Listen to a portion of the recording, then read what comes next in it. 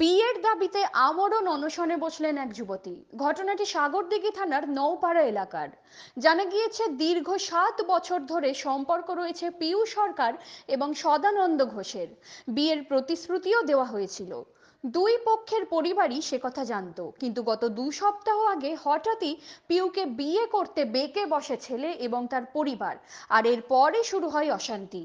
তাই রবিবার সকাল থেকেই সদানন্দ ঘোষের বাড়ির সামনে আমরণ অনশনে বসেছেন মালদার মানিকচক থানার মধুরা গ্রামের বাসিন্দা পিউ সরকার। সে জানিয়েছে, যতক্ষণ না তার প্রেমিক তাকে গ্রহণ করছে ততক্ষণ এভাবেই অনশন করে যাবেন তিনি। থানায় অভিযোগ করেছেন? না। থানায় অভিযোগ করা হয়নি। মানে আপনাদের বিয়ের প্রতিশ্রুতি দিয়ে সহ বা সেরকম কিছু অভিযোগ আছে ছেলের প্রতি? আছে। আছে। থানায় অভিযোগ করবেন কি? সে যদি না মানে থানায় অভিযোগ করবো আমি। করবেন? হ্যাঁ। আপনার সাথে আপনার বাড়ির লোকজন এসছে?